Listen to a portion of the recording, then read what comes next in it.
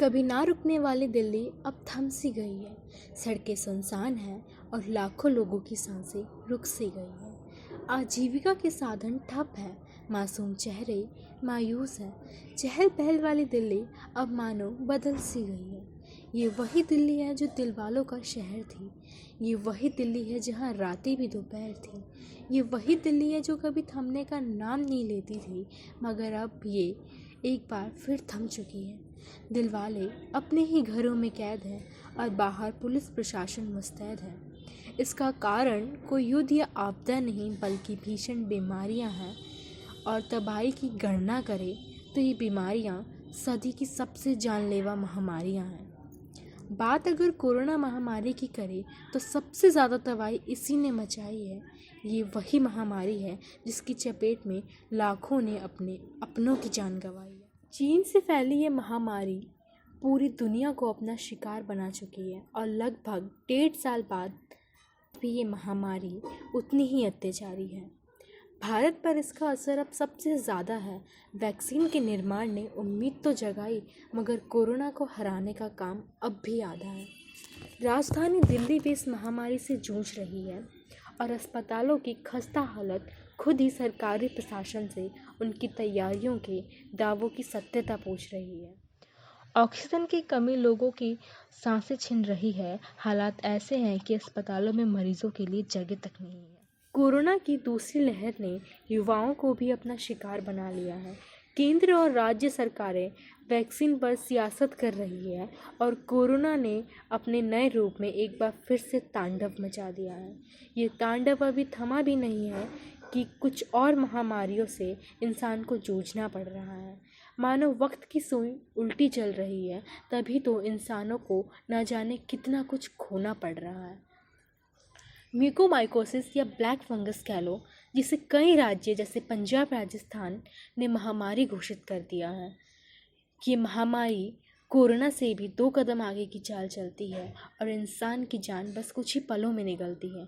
नाक से आँख और आँख से सीधा दिमाग को संक्रमित करने वाली ये महामारी कोरोना से ठीक हो चुके मरीजों के लिए सबसे ज़्यादा घातक है, क्योंकि रोग प्रतिरोधक क्षमता कम होना इस महामारी की सबसे बड़ी ताकत है। अत्यधिक स्टेरॉइड्स का प्रयोग और लोगों की कम होती रोग प्रतिरोधक क्षमता इस बीमारी के ऐसे 2 अहम स्तंभ बने जिसने इसको महामारी बनने में सहायता करी।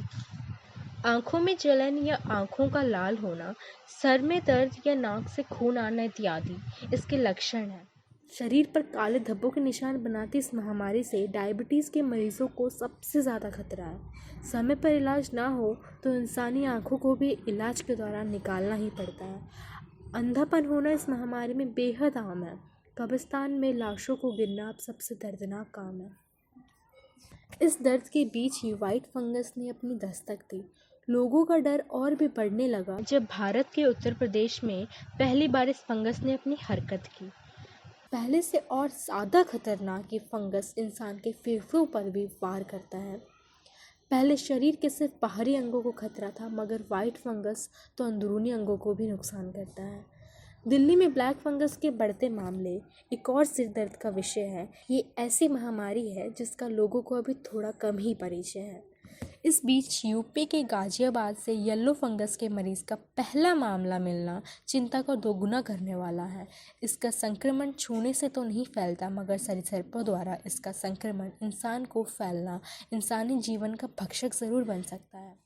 इन महामारियों के बीच सुझाव बस इतना है कि कुछ पल लोग अपने घरों में ही रहे, भीड़ भाड़ में बिल्कुल भी ना जाएं और समय समय पर अपने हाथों को साबुन और पानी से धोते रहें और जितना हो सके खुद को औरों के संपर्क से आने से बचाएं।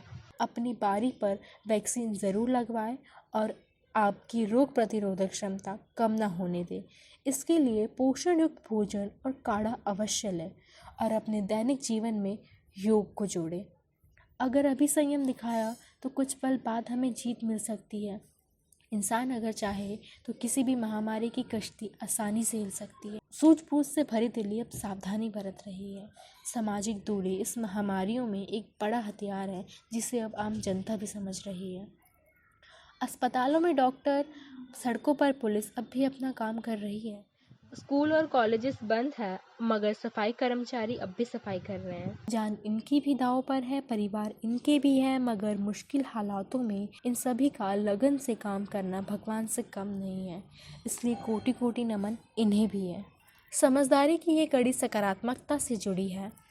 महामारियां ही सही, मगर इनसे जागरूकता बढ़ी है।